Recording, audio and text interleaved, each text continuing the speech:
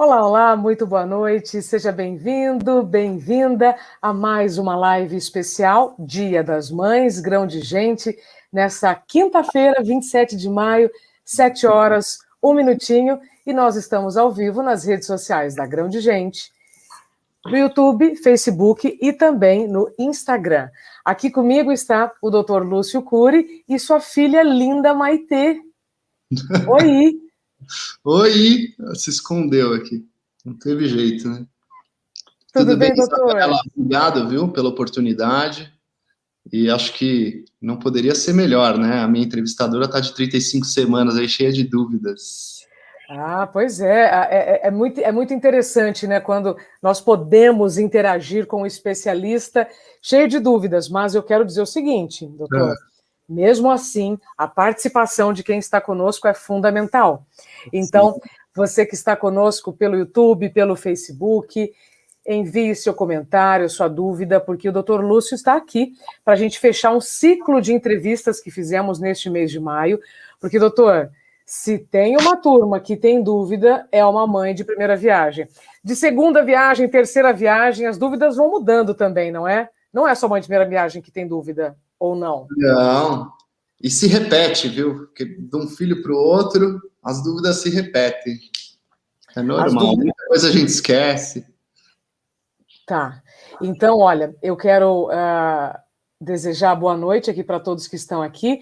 A Daia, por exemplo, já diz: estou com 30 semanas, sinto falta de ar, meu bebê só mexe à noite, sou mamãe de primeira viagem. Daia, eu agora com 35 semanas também, meu diafragma está pressionado e falta muito ar.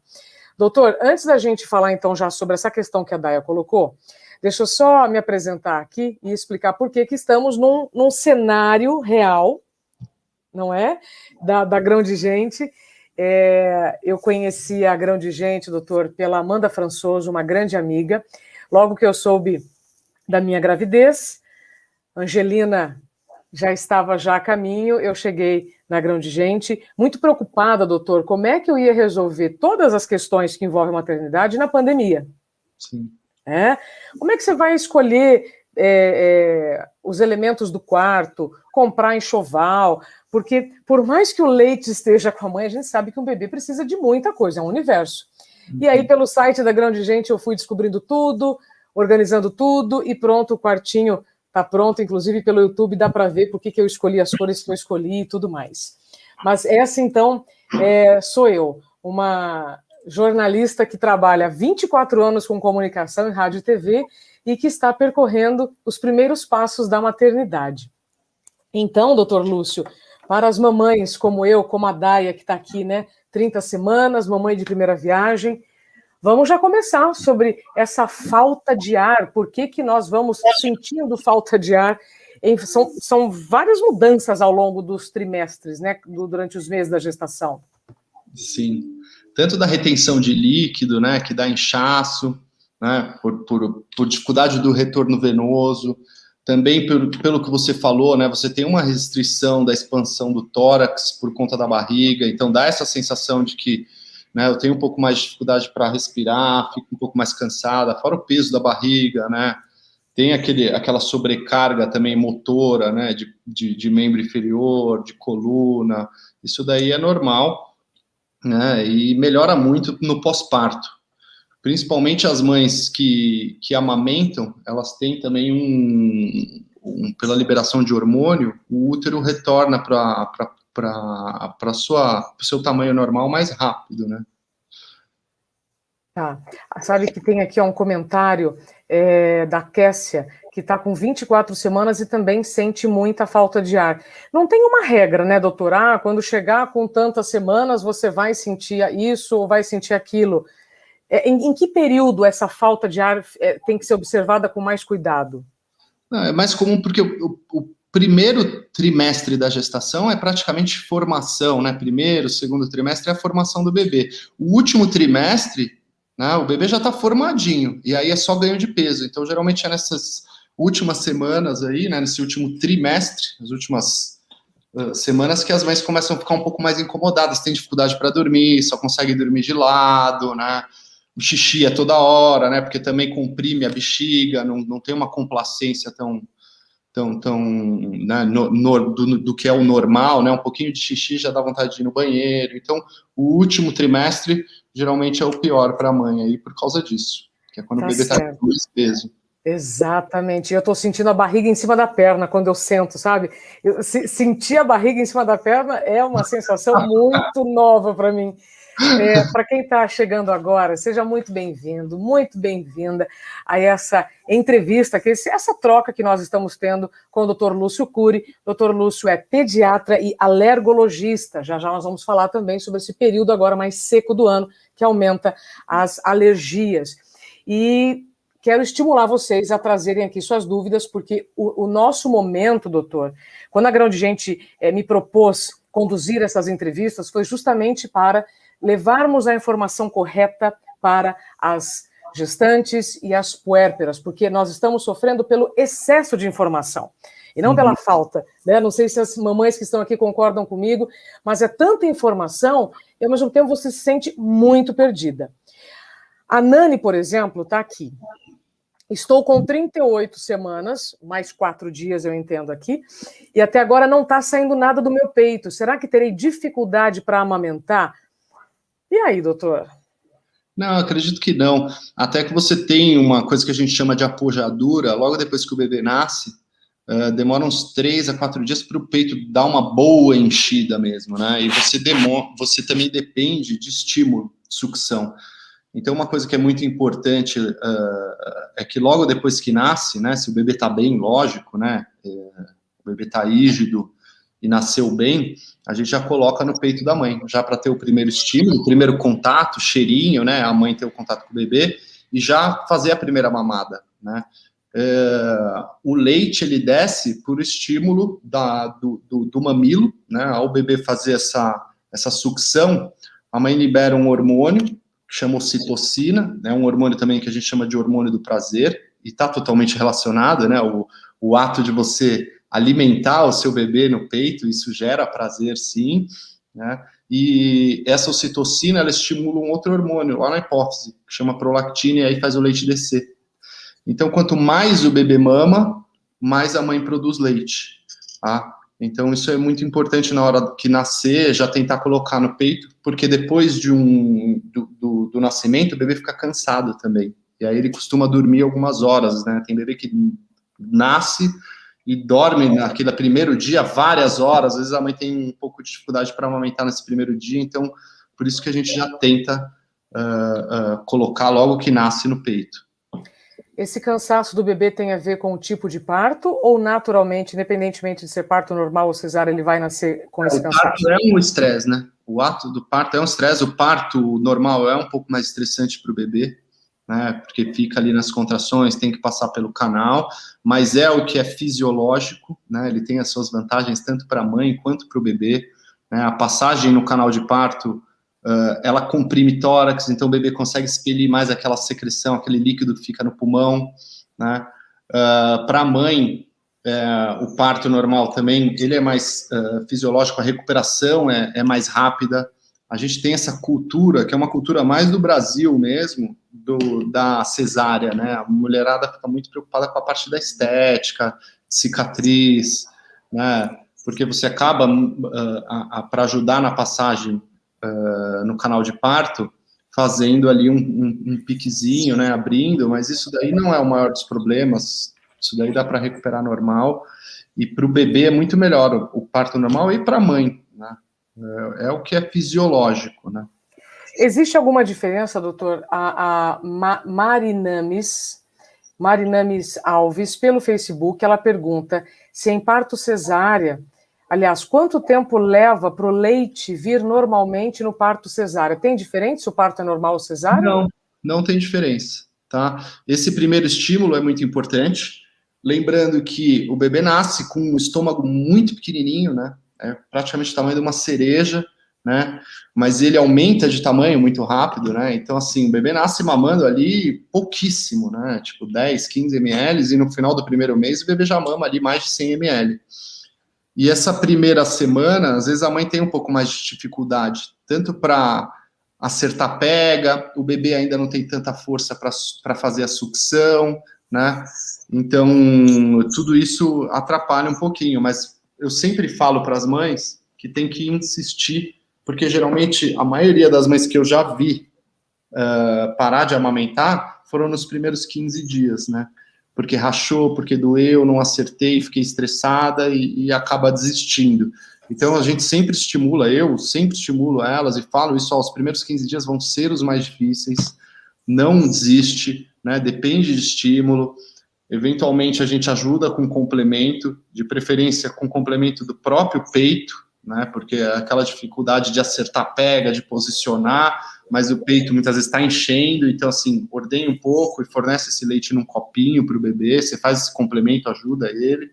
Em último caso, se não tiver jeito, a gente dá um complemento, né, uma fórmula infantil. Mas o bebê começa a ganhar um pouco de peso, ele começa a ganhar mais poder de sucção, né? E é comum também, né, nos primeiros dias de vida, a mãe fala, poxa, fica 30, 40 minutos no peito, me cansa, né?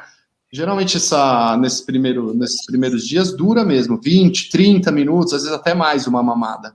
Tá? Às vezes o bebê dorme no peito, a gente até orienta a mãe para ficar de olho nisso, porque acaba te deixando mais exausta, né?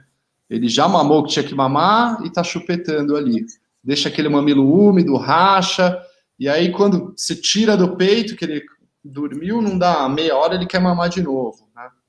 E aí vai passando o tempo, começa a mamar melhor, e é comum vir, às vezes, na consulta do primeiro mês, falando, nossa, tô super preocupada, porque ele mamava meia hora, agora ele mama 15 minutos, 10 minutos. Então, né? Doutor, existe algum tempo médio de amamentação? Por exemplo, 5 minutos num peito, 5 minutos no outro peito, depois mais 5 minutos para rotar, né? Eu sei que assim, essa matemática é só na cabeça dos adultos, porque cada bebê é um bebê.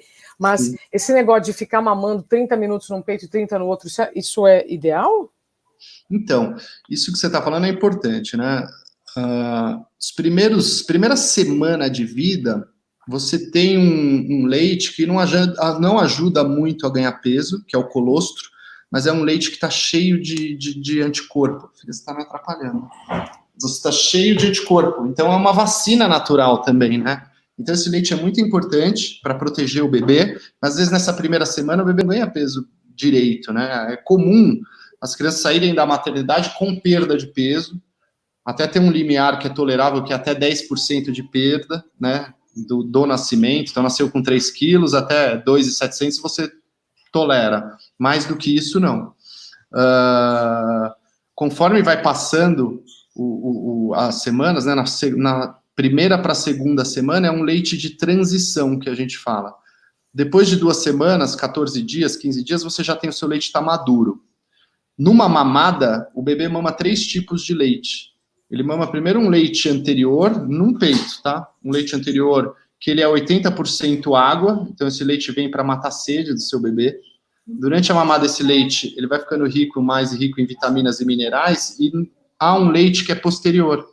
Esse leite posterior, ele é rico em gordura, é esse que faz o bebê ganhar peso.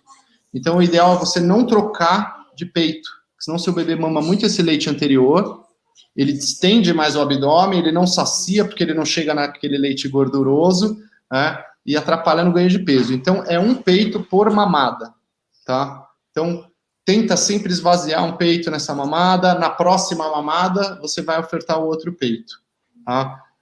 Uma mamada adequada aí no início, geralmente bebezinho pequenininho, no primeiro mês de vida, dura mesmo 20, 30 minutos, tá?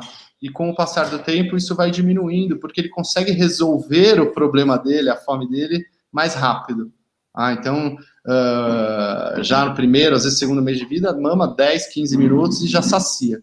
Como que a gente sabe se está adequado ou não? É ganho de peso. Eu não tenho como mensurar quanto que o bebê mama do seu peito. E a mãe às vezes fala, quanto que está mamando? É 100, 150 ml? Quanto que tá? É ganho de peso. A gente mensura por ganho por dia, tá? Então, a gente sempre faz um cálculo na consulta.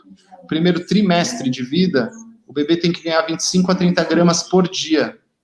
Isso dá 750, 900 gramas por mês, né? E isso vai diminuindo com o passar do tempo. Segundo trimestre, diminui. Não dá para ganhar também tanto, né? no primeiro ano de vida. Então, isso vai diminuindo trimestre a trimestre. Segundo trimestre é 20 a 25. No terceiro trimestre é 15 a 20. Né? Então, além do gráfico, a gente calcula o ganho de peso da última para a consulta atual, vê o número de dias e faz essa divisão. Nossa! Olha, para quem está chegando agora, estou conversando com o pediatra e alergologista Lúcio Cury. Estamos falando sobre os cuidados com o recém-nascido. O doutor está falando aqui sobre a amamentação e pela primeira vez eu estou ouvindo essa informação, doutor. Primeira vez que eu ouço alguém dizer que em uma mamada não divide o peito. Mama em um, esvazia um. Como é que eu sei que o bebê mamou o suficiente? A hora que ele para de sugar, porque aí, como é que eu falo assim, beleza, então agora ele se alimentou. Uhum. A rota, troca a fralda, não sei, até quero lhe perguntar se troca a fralda antes ou depois, como é que faz, mas aí depois que ele dormiu, acordou, aí vai no outro peito, é isso? Isso, uma coisa que é importante que fala, uma coisa que a gente fala, né, aleitamento materno é livre demanda. Né? As mães saem ouvindo isso, livre demanda, livre demanda. O que é livre demanda? Né? Aí ela chega no consultório e fala, é de 3 em 3 horas? Não, não é de 3 em 3 horas. É livre demanda. O cara chorou, pediu, ou a mocinha Angelina, no caso, você vai colocar no peito. Né? Uma mamada, que nem eu te falei nesse primeiro mês de vida, 20, 30 minutos, é uma mamada efetiva, não muito mais do que isso, e é comum, às vezes, a mãe vir reclamando, falando, poxa, fica às vezes 1 hora no peito. Não tá mamando 1 hora, tá? Mamou ali efetivo 20, no máximo 30 minutos. E eu até falo para elas que você vê que começa a diminuir a sucção, né? E tá mais chupetando mesmo. Então, dá uma cutucadinha na sola do pé ali, faz uma cosquinha, vê se o bebê acorda para voltar a sugar, e se não acordar, tira, né? Tira o bebê do peito, porque isso, além de deixar o mamilo úmido, rachar mais, acaba te onerando mais, te deixando mais cansada. Né? E aí, às vezes, o bebê pega, né, que ela fala, poxa, mas como que eu vou saber? As mães falam, eu não tenho peito, mas as mães falam para mim, e nesses anos sempre falam, eu sinto que esvazia, eu sinto que a mama fica mais murcha e que a outra está um pouco mais engurgitada. Às vezes, se você coloca o bebê no peito, ele pega 5 minutinhos e larga, né? Mama ali, suga um pouquinho e larga. Se você sentiu que você não conseguiu ter o esvaziamento completo, aí tudo bem, a próxima mamada você volta para essa mama aí para terminar de esvaziar.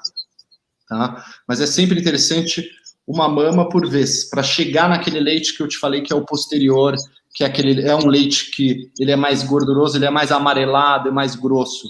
Inclusive o leite anterior, ele é um leite ralo, ele é um leite bem claro, ele é bem aguadinho, assim, e às vezes você ouve outras pessoas falarem, ouve palpite, né? Lá, nossa, seu leite é ralo, seu leite é ralo, e a gente sempre fala que não existe leite ralo, né? Não tem disso.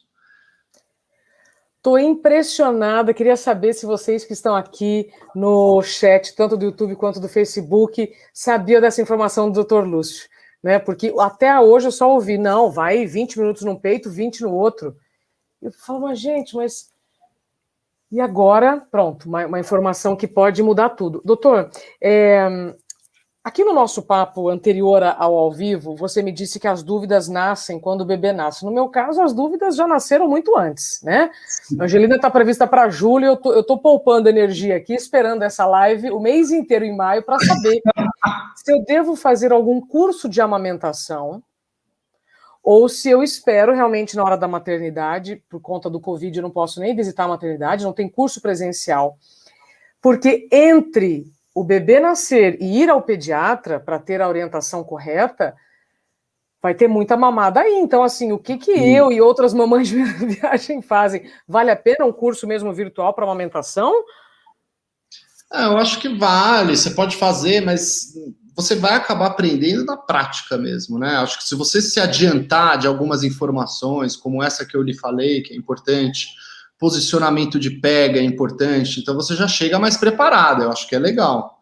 Mas nada que você não vai ter que aprender na hora ali, né? No primeira mamada, a mãe já tem dificuldade. Na própria sala de parto, ali no pós-parto, a enfermeira geralmente vai no leito. E aí, mamãe, tá com dificuldade? Deixa eu te ajudar a posicionar. Tem uma maneira correta de posicionar. E para o bebê é novidade também. Então, nesses primeiros dias, o bebê não pega direito, pega errado, machuca a mãe, fica todo mundo estressado. O bebê fica irritado, tá com fome, a mãe fica irritada, eu não quero mais, eu não quero mais amamentar, tá me machucando. Então, eu sei, por isso que eu lhe falei que aqueles primeiros 15 dias são os primordiais, que é a mãe conhecer o bebê, acertar, conhecer, né, como que posiciona, né, se pegou errado, tem que abrir a boquinha e posicionar direito, né, para que você não fique sofrendo. Uma pega correta, que a gente fala, né, uma coisa que é muito importante é que o bico do peito, não o mamilo, o bico mesmo, que ele fique no céu da boca da criança, e não no lábio. Às vezes a criança pega só o biquinho, ela não consegue mamar, ela fica irritada, ela puxa, machuca a mãe fica estressada, o peito engurgita. Então, assim, posicionamento é muito importante. Aproveita que você está lá já na maternidade, que o pessoal está à sua disposição, chama a enfermeira mesmo, fala, me ajuda, eu não quero dar fórmula, eu quero amamentar o meu bebê. Pega correta, né? Lábio inferior ele vira para baixo, isso é muito importante, né?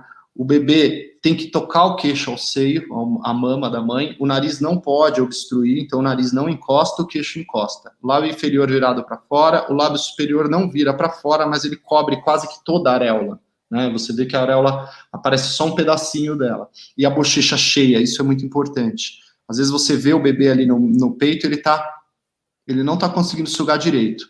Reposiciona, ele tem que estar com a bochecha cheinha. Como que reposiciona, né? Que ele pega e não larga, né? Com um dedinho, com cuidado ao lado da boca, você ajuda ele a abrir, tira e reposiciona. O bebê tem um reflexo de busca, né? Você passa o mamilo, ou se você pega um recém-nascido, você passa o dedo ao próximo da boca, ele já por reflexo, ele vira a boquinha e abre para tentar abocanhar. Então isso às vezes ajuda. Você passa o mamilo aqui perto da boca, ele já vira, abre a boquinha e você posiciona. Então esse lance da pega é muito importante. Algumas mães vão ter um pouco mais de dificuldade, então a enfermeira ajuda muito, tem, né, profissionais que às vezes quem pode chama em casa para auxiliar alguma enfermeira, mas o pediatra também está apto a orientar na própria consulta. Tem mãe que tem mamilo plano, né? Tem mãe que tem o mamilo invertido, essas mães têm mais dificuldade, mas a gente consegue orientar e ajudar sim. O mamilo protuso é um pouco mais fácil de amamentar, mas tem mãe que tem mamilo invertido que amamenta super bem, né? Vale ela acertar posicionamento. Tem até uma maneira de exteriorizar o bico, às vezes a gente orienta com uma seringa grande, né? Como que ela consegue puxar. Você pega uma seringa daquelas maiores, de 20 ml, que é uma grandona, você corta a pontinha dela e inverte o êmbolo, põe do outro lado. Aí ali, no lado onde entraria o êmbolo, você coloca no mamilo e puxa o êmbolo, você consegue exteriorizar, ele sai para fora. Saiu para fora, tira a seringa e posiciona o bebê. Isso é uma das coisas que dá para fazer para ajudar. Doutor, nós poderíamos ficar 1 hora e não seria suficiente para tirar todas as dúvidas sobre a amamentação, não é? Uhum. A gente está aqui nessa live, gente, com os cuidados com o recém-nascido. Então, eu vou trazer aqui mais uma pergunta da Érica Lima, que chegou agora, sobre a amamentação, e depois a gente passa para outros temas também que eu sei que são muito importantes para a gente tratar nesse nosso encontro. Deixa eu só chegar aqui no comentário. A Marinames Alves diz que quer assistir essa live novamente, se vai ficar disponível. Mari, a live do Dr. Lúcio, junto com a do Dr. Gilberto Mello, da Sabrina Sato e da Dani Junco, que foram os nossos convidados nesse mês especial de entrevistas aqui pela Grão de Gente, todas ficarão disponíveis aqui no canal da Grão de Gente no YouTube. Então, você é nossa convidada, se vocês quiserem, inclusive, compartilhar essas informações, tanto a live de hoje como das últimas quintas-feiras de maio, todas aqui no YouTube. Então, a live vai ficar gravada assim. Então, por fim, doutor, eu quero trazer aqui o comentário de uma mãe que eu ouço muito. Érica Lima, aos 7h24 da noite, ela diz o seguinte, que ela não tem leite suficiente e que está complementando com fórmula. Você tem alguma coisa que ela pode fazer para aumentar a produção de leite? Complemento a Érica lhe perguntando, o que pode interferir também na produção de leite? Estresse, falta de sono, ou se é só alimentação mesmo? Também que pensar, eu tenho a mama pequena, não vou conseguir amamentar.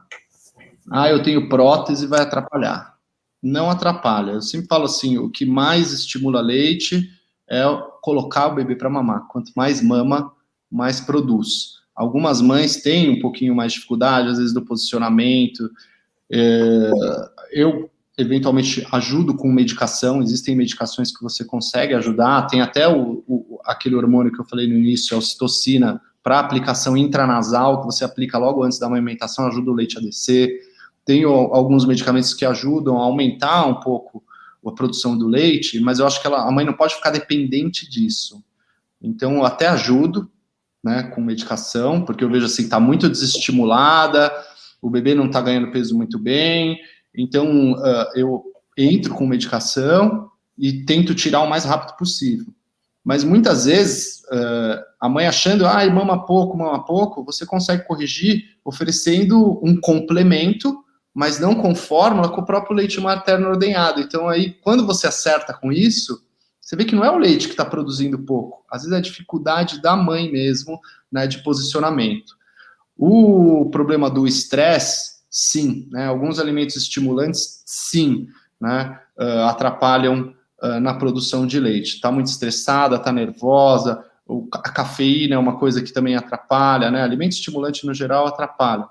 Algumas medicações atrapalham, anti-inflamatório principalmente.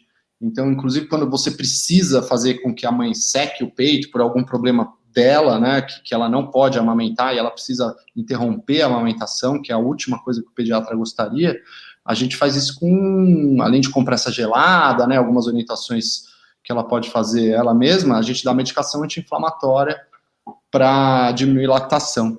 E acontece muito, né, o ginecologista acaba deixando medicação, que eu vejo, eles usam com frequência, né, alguns anti-inflamatórios, o Proferid é um que usa muito, porque tá com dor ali, né, na cicatriz da cesariana, acabou de fazer uma cirurgia, né, ou tá com dor ali por causa do canal de parto, acaba entrando com um anti-inflamatório, e isso às vezes atrapalha o pediatra ali no início, né, você resolve o problema da mãe, mas atrapalha ali a amamentação do bebê.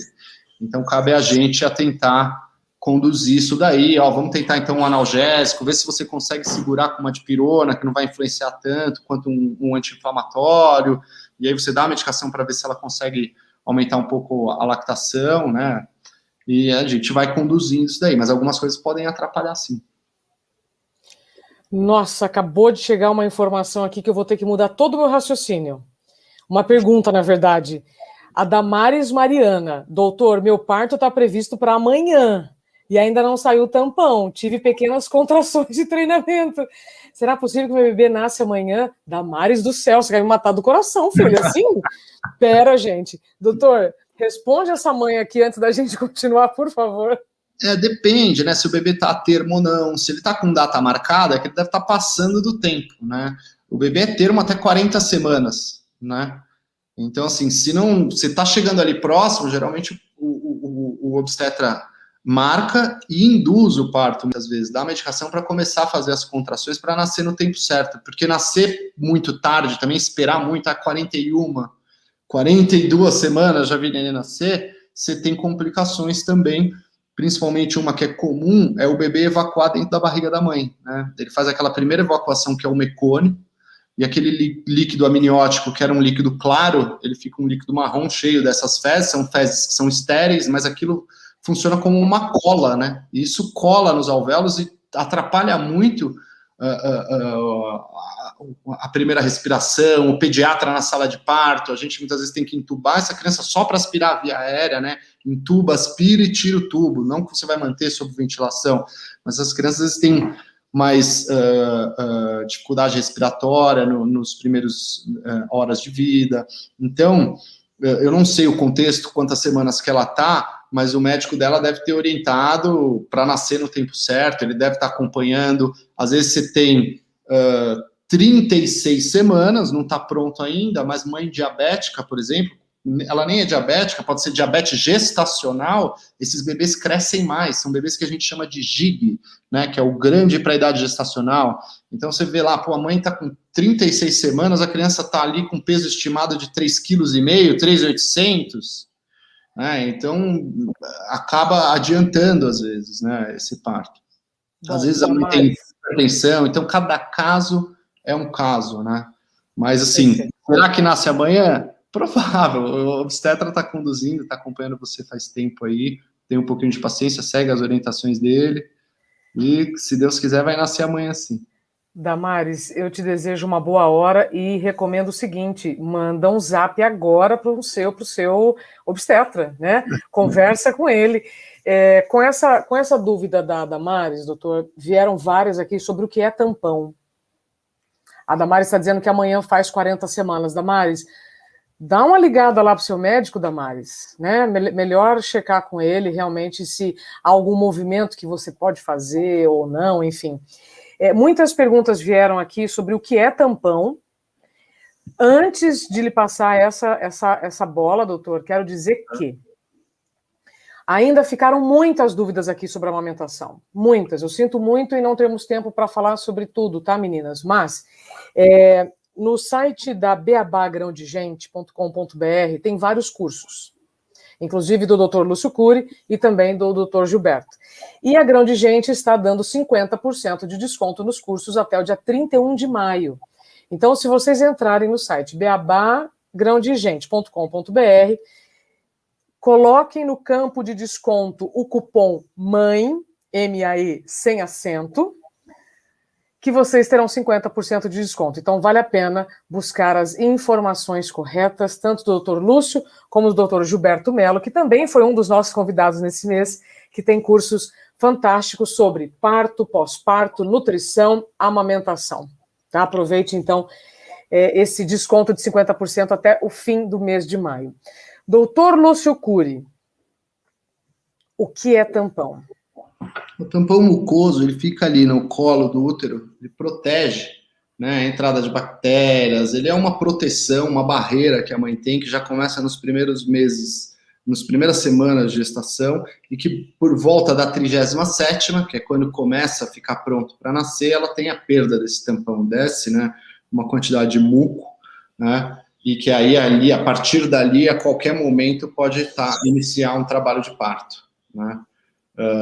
Então, a partir da 37ª semana é quando geralmente esse tampão desce, né, e você pode estar sujeito a romper a bolsa a qualquer momento.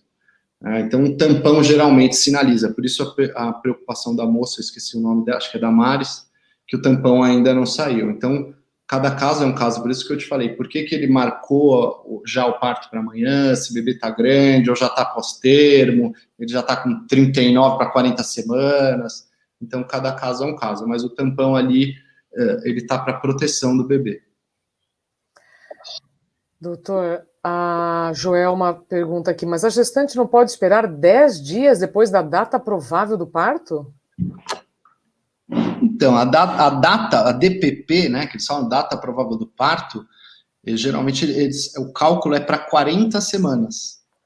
E geralmente nasce um pouco antes, né? Com 37, seja 36 semanas, para falar a verdade, que ainda a gente não quer, mas 36 semanas já está, assim, alerta. 37 pode nascer a qualquer momento, né? A gente não quer que nasça antes das 36ª, porque a 36ª semana é uma das semanas mais importantes, porque é quando o bebê começa a produzir uma substância que chama surfactante, que consegue abrir o alvéolo pulmonar. Então, o bebê, quando ele nasce antes da 36ª semana, às vezes a gente tem um pouquinho mais de dificuldade, essas crianças têm um desconforto respiratório, né? Às vezes só para a UTI passa um dia lá, 2 dias, né? A gente dá o surfactante exógeno para a criança, muitas vezes entuba a criança, joga o surfactante dentro do pulmãozinho para conseguir expandir esse pulmão. Quando você vê que essa criança pode nascer prematura, né, antes das 37, né, é uma mãe que tem um pouco mais de complicação, se você já está acompanhando, o obstetra geralmente indica uma injeção de corticoide, que faz intramuscular no bumbum da mamãe. E esse corticoide acelera a produção de surfactante. Então, quando você já está ali, o obstetra está preocupado que essa criança pode nascer antes da hora, geralmente ele faz uma injeção de de corticoide, para acelerar a produção de surfactante do bebê, para não dar problema ali nesse pós-parto, que às vezes dá esse desconforto respiratório. Meu pai amado. Gente, eu tô grávida, tá? De 35 semanas. Aliás, completo hoje 35 semanas. Doutor, deixa eu trazer aqui um assunto super polêmico. Por exemplo, Angelina está prevista para 1º de julho, mas... 40 semanas, não é? 40 semanas já 1º de julho. Então. Mulherada, ouve essa. Mas a lua cheia está marcada para o dia 24. Você acredita na influência da lua para o nascimento dos bebês? Olha, eu ouço falar muito disso. Agora, quanto que isso influencia? Desculpa, essa parte da astrologia eu não cheguei a estudar na faculdade, mas eu não sei o quanto que isso influencia, mas eu ouço muito falar, o pessoal tem essa crendice, né? Não, porque a Lua, gente, eu estudei isso, né? Tá até no tema do meu livro, sobre as percepções do tempo. A Lua influencia as marés, influencia muitos movimentos, né? O nosso corpo é 70% água, né? Então, assim, se a Lua influencia as marés, não vai influenciar nossas células? Cientificamente não sei lhe dizer, mas não. Sim, tudo bem. Que possa. Tudo bem, gente, eu precisava trazer essa dúvida aqui, tá? Me perdoe, mas eu precisava perguntar isso para o doutor. Doutor Lúcio, então vamos lá. Voltando aqui, tem muita questão interessante, mas eu acho que é importante a gente tentar aliviar a dor, porque quem tem dor tem pressa. E algumas mães comentaram aqui, especialmente uma mãe de gêmeos, gestando gêmeos, que está com muita dor no quadril. Outro dia, na pré-live, inclusive, da Sabrina Sato, eu achei que por conta do ajuste e tal, internet, eu comecei a sentir uma dor assim na virilha, no osso, sabe? Eu falei, gente, será que isso é estresse? Aí alguma amiga me disse que não, que já eram os ossos provocando essa dor. E muitas meninas aqui, muitas mães comentaram sobre essa dor que eu também senti. Então, queria que você falasse um pouquinho sobre essas dores pélvicas, se elas têm uma data que já podem começar a acontecer. Então, no final da gestação, esse último trimestre que eu te falei que o bebê começa a ganhar peso, é quando pode começar a acontecer. Na verdade, é no último mês, geralmente, vocês começam a sentir mais dor mesmo, por conta do peso, e o bebê começa a encaixar lá na bacia, né? Agora, você imagina a moça que falou que está com 2 bebês na barriga, né? Ela está aqui, a Lívia. Estou grávida de gêmeos, só que ela sente dor pélvica desde a 13ª semana. Uhum. Tem que ver também o tamanho, né? Como é que fala? A constituição da mãe. Às vezes é uma mãe mais pequenininha, né? Com uma bacia menor. Tudo isso influencia, até canal de parto para nascimento. Às vezes tem bebê que não tem passagem, né? A mãe é pequenininha, não tem passagem, a indicação é cesárea. Mas geralmente esta dor é por compressão ali de encaixar no canal de parto mesmo, né? Você tem um monte de alterações, né, na gestação. E a bacia é uma que acomoda, né? Até o pisar da mãe muda, né? Que a perninha abre, o joelho, tudo, o corpo vai se adaptando, né? Meninas, eu não sei vocês, mas eu tô andando igual um dinossaurinho, tá? Sabe, um dinossauro do desenho? Sabe, aquela... Tem que rir, gente, tem que rir, porque é isso, né? O corpo todo se adaptando a uma situação muito nova. Depois que nasce, vocês ficam com saudade, viu? Ai, que saudade da minha barriga. Com certeza. Eu já estou considerando essa hipótese. A Souza está perguntando se é normal ter dor na região íntima com 33 semanas. Souza. Eu acho que pode, né? Por conta de compressão. É que a gente está indo num caminho mais de perguntas de obstetra do que de pediatra, né? Mas geralmente é por compressão ali, como eu falei, né? Agora, tô com dor para urinar, precisa ver se não tem alguma infecção, se tem corrimento, se tem algo mais, né? Infecção urinária pode acontecer, às vezes não é nem genital, é no canal da urina. Então, algumas, se tá com muita dor, tem que pedir para o obstetra olhar, né? Uhum. Doutor, eu quero ainda falar sobre trocas de fralda. Tá. Muitas perguntas sobre se troca antes da amamentação, depois, se usa lenço umedecido, se dá banho. Mas antes, tinha entrado aqui uma questão, o Flávio, que está aqui nos dando help na parte técnica. Flá, tá, então vamos nessa aqui rapidinho. Ludi Souza, o tipo de parto. E a Rita de Cássia está dizendo que o nascimento da filha Maria Luísa, ela nasceu deprimida e precisou ser reanimada. Se ela terá alguma consequência por conta disso no decorrer da vida. Uma coisa que fala como que esse bebê nasceu, que é comum, às vezes, o bebê não nascer já gritando, chorando. Às vezes nasce roxinho, molinho, né? Por isso que o pediatra está na sala de parto, né? A gente está ali esperando nascer, e o obstetra está totalmente focado na mãe e o pediatra aguardando a criança. Nasceu, o obstetra tira, entrega para o pediatra e volta porque ele estava fazendo, entendeu? E aí a gente dá uma nota para a criança que chama Apgar. O Apgar é uma nota que fala da vitalidade no nascimento, né? Isso traduz se a criança teve anóxia ou não. E é muito comum a criança ter uma anóxia logo que nasce com boa recuperação. Esse Apgar, ele vem quando você sair com a Angelina da maternidade, você vai ver que eles vão te dar um resumo de alta. E além dos dados ali de peso de nascimento, comprimento, tamanho da cabeça, tipagem sanguínea, vai estar ali uma nota, vai estar escrito Apgar. E aí vai ter o Apgar do 1º e do 5º minuto. Quando a gente recebe o bebê, a gente leva ele para um berço aquecido que está ali do lado do leito, né, onde está do campo cirúrgico, né, tem um bercinho aquecido.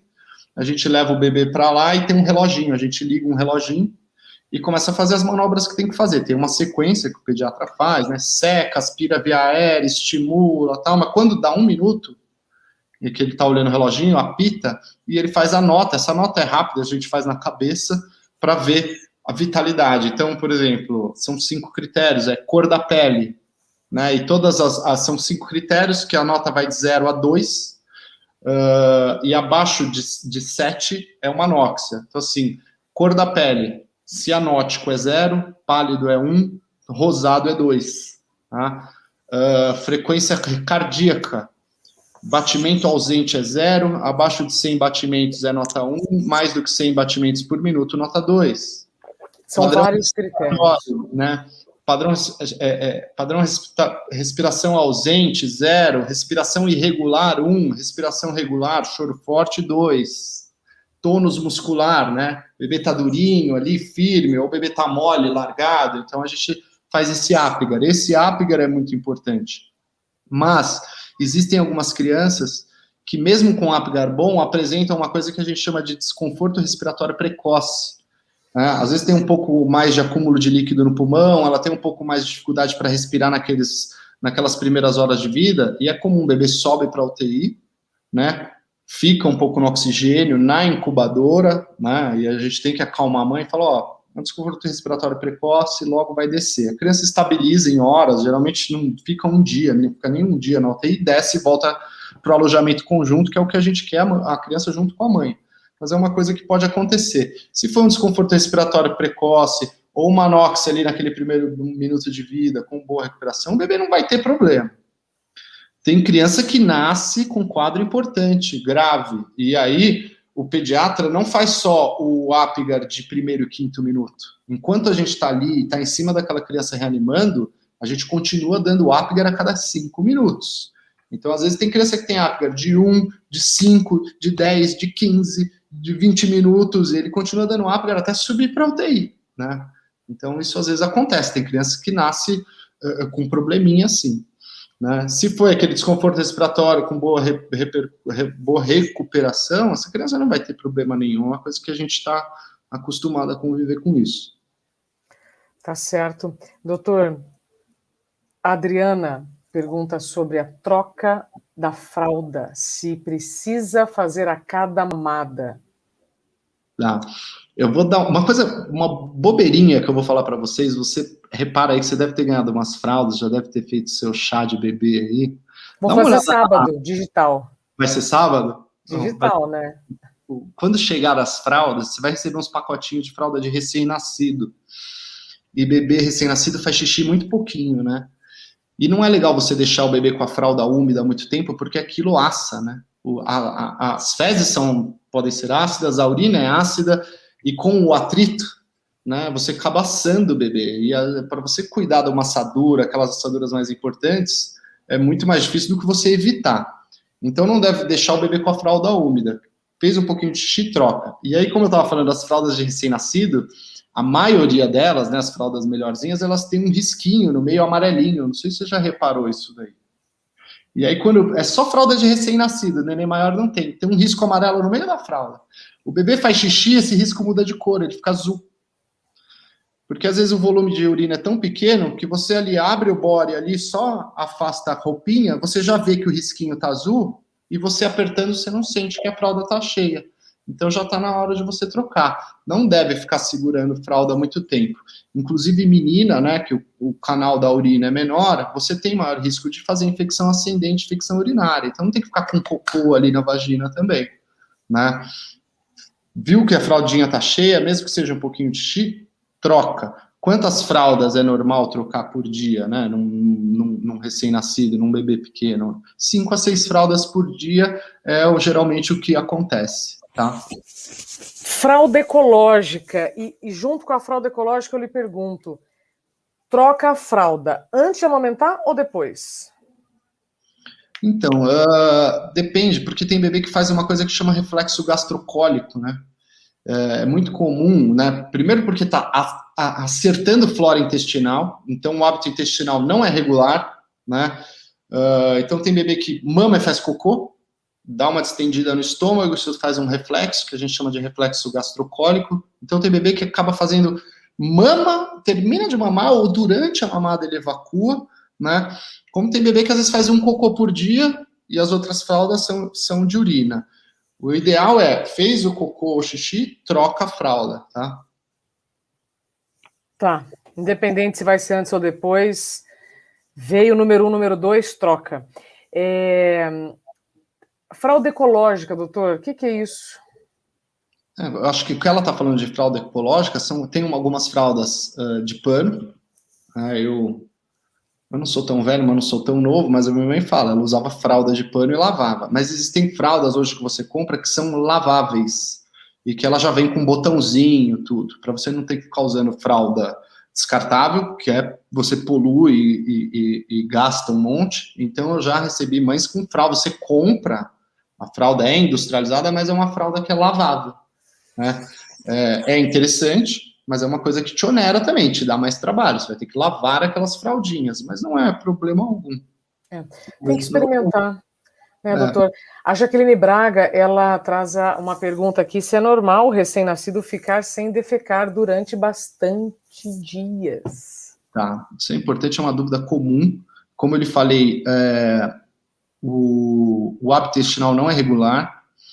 Você começa a ter, inclusive, as cólicas por conta dessa formação de flora, né? Por volta da segunda semana de vida. Então, o bebê, muitas vezes, na primeira, segunda semana não tem cólica nenhuma. A mãe fala, meu bebê é tão bonzinho, ele não tem cólica. Na consulta de 1 mês de vida, ela volta, meu Deus, não aguento mais criança com cólica. Por quê? Está formando flora intestinal, essas bactérias fermentam, produzem gases, isso dá distensão abdominal, né? Além disso, quem controla o intestino é o nosso sistema nervoso autônomo. Então, a gente não pede para o intestino fazer peristaltismo e empurrar bolo fecal, isso é automático. Mas como o sistema nervoso autônomo do bebê ainda também é imaturo, ele não consegue muitas vezes fazer aquelas ondas bonitinhas do peristaltismo e empurrar o bolo fecal bonitinho. Então, às vezes está contraindo aqui, aí contrai ali na frente, não faz bonitinho, e no meio que está cheio de gás, estende da cólica. Então, esse é um dos motivos da cólica, e também que o bebê não tem esse hábito intestinal regular. Meu bebê faz 2 cocôs por dia. Não, às vezes ele está fazendo cocô após cada mamada, e aí, do nada, meu bebê fica 3 dias sem fazer cocô. Isso gera uma ansiedade enorme na mãe. E eu sempre falo, oriento que isso é normal, porém que o bebê não pode parar de soltar pum.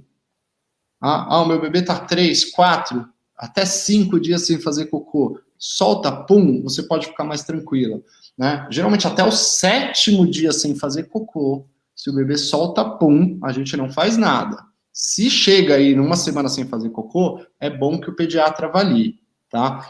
Algumas condições são mais importantes. Existe uma condição que chama intussuscepção intestinal, que é uma invaginação de uma alça de intestino dentro da outra. Então, você tem uma obstrução. Ou também uma outra condição que o intestino, às vezes, faz uma volta e torce, chama volvo intestinal. Quando isso acontece, você tem uma obstrução importante. E aí não passa nem gás. E o bebê começa a distender, não solta pum, ele fica extremamente irritado e tem uma dor que você encosta na barriga, a criança chora, né? Então, sim, parou de soltar pum, é um alerta para você. Parou de soltar pum, distendeu, vai buscar o auxílio do pediatra, sim. Não, meu bebê tá lá, tava fazendo cocô toda mamada, agora faz 3 dias que não faz cocô, mas solta o punzinho dele. Pode ficar mais tranquila, faz massagem, né? Tem as massagens para auxiliar, inclusive na cólica, também para ajudar no trânsito, isso geralmente ajuda. Doutor, é recomendado o uso de lenços umedecidos com frequência ou melhor banho? Então, em casa, muito banho também não é legal, né? Um banho por dia tá suficiente. Vai acontecer às vezes, né? Você fala, já dei o banho, ótimo, não preciso mais dar banho hoje, mas faz aquele cocôzão que vaza, vem para as costas, você vai acabar dando outro banho, não tem como não dar outro banho no bebê, porque ele tá todo sujo, né? Mas um banho por dia é suficiente. Deixa o lenço umedecido, porque o lenço umedecido tem produto químico também, né? Eu acho que ele é prático, eu usei muito na minha filha, mas deixa para usar, mas quando vai sair, vai para casa da avó, preciso sair com a criança, você tem aquilo ali prático. Em casa, usa algodão umedecido. Pega uma garrafa daquelas de café térmica, deixa com água morna ali do lado do trocador do bebê e um potinho de algodão. Aí você já tem a aguinha morna ali, limpa o bumbum com algodão, é a melhor coisa. Perfeito. Doutor, são 7h53, eu tenho só 7 minutos, milhares de dúvidas aqui. É evidente que não vai dar tempo da gente falar de tudo, então eu reforço mais uma vez os cursos que estão disponíveis com 50% de desconto na beabá.grãodigente.com.br, Lúcio, sobre cursos sobre parto, pós-parto, nutrição, amamentação. E antes da gente encerrar, eu quero voltar a essa pergunta, Flávio, nosso parceiro da técnica aqui, ninguém faz nada sozinho, viu, gente? Temos aqui o Flávio, que não está aparecendo, mas é ele que me ajuda aqui a colocar as mensagens. A Suelen, acho que essa é uma dica para todo mundo.